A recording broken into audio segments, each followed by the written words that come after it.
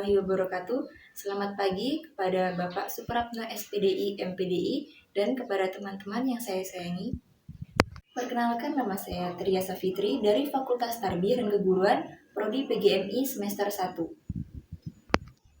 Saya akan mempresentasikan mengenai pernikahan dan permasalahannya guna memenuhi ujian akhir semester.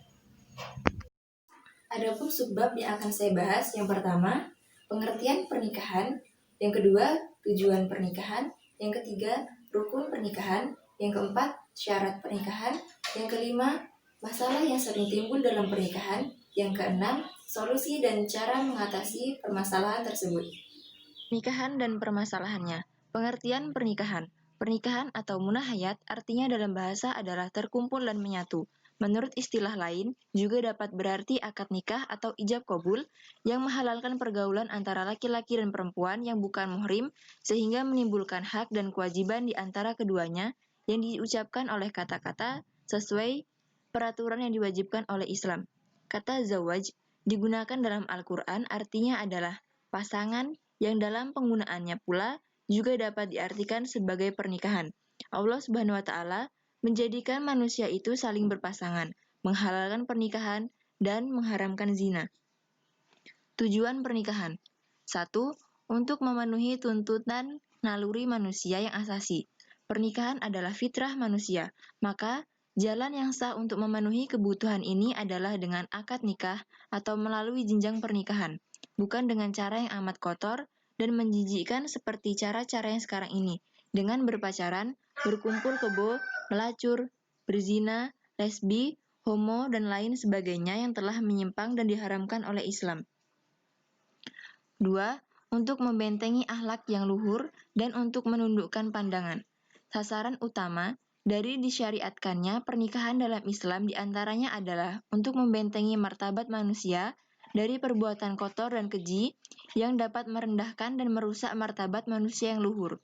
Islam memandang pernikahan dan pembentukan keluarga sebagai sarana efektif untuk memelihara pemuda dan pemudi dari kerusakan dan melindungi masyarakat dari kekacauan. 3. Untuk meningkatkan ibadah kepada Allah.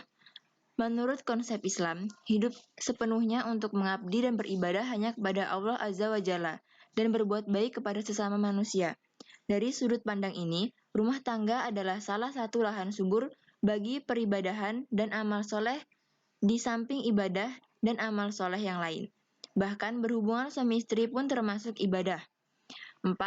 Untuk memperoleh keturunan yang saleh. Tujuan pernikahan ini antaranya adalah untuk memperoleh keturunan yang saleh, untuk melestarikan dan mengembangkan Bani Adam, sebagai firman Allah Azza wa Jalla dalam surah An-Nahl ayat 72 yang artinya, dan Allah menjadikan bagimu pasangan suami istri dari jenis kamu sendiri dan menjadikan anak dan cucu bagimu dari pasanganmu serta memberikan rizki dari yang baik. Mengapa mereka beriman kepada yang batil dan mengingkari nikmat Allah? Rukun nikah. Yang pertama, pengantin laki-laki. Kedua, pengantin perempuan. Ketiga, wali. Keempat, 2 orang saksi laki-laki. Kelima, mahar. Keenam, ijab dan qabul atau akad nikah. Syarat menikah. Yang pertama, kedua mempelai beragama Islam. Yang kedua, mempelai pria bukan mahram bagi calon istri. Yang ketiga, mempelai pria mengetahui wali calon istri. Yang keempat, tidak sedang berhaji. Yang kelima, tidak ada unsur paksaan. Permasalahan umum dalam pernikahan. Yang pertama, komunikasi tidak lancar. Yang kedua, perbedaan pendapat. Yang ketiga, ketidaksetiaan dan perselingkuhan. Yang keempat, masalah keuangan.